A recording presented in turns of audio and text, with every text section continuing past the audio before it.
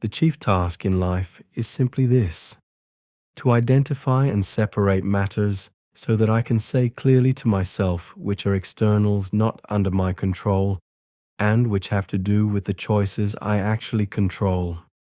Epictetus is pointing to a fundamental principle of Stoicism: the dichotomy of control. The idea is simple, but powerful.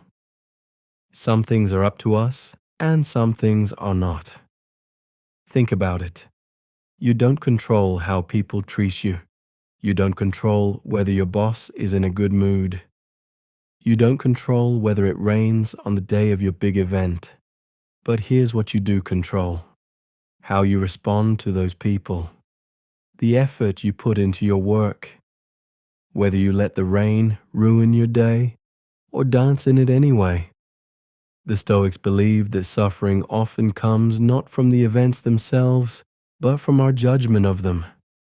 We waste energy trying to fix what's outside us, people, outcomes, bad luck, when the only real power we have is over our own mind and behavior. It's like trying to control the waves of the ocean instead of learning how to swim. So today's message is a reminder: don't give your peace away to things you can't control. Redirect that energy inward, strengthen your character, sharpen your choices. That's where your freedom lives. Practical tip for today: pick one thing that annoyed you today.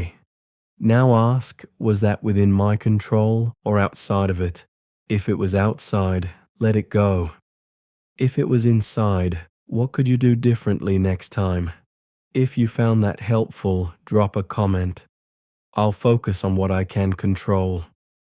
And don't forget to subscribe. Stoic wisdom every day.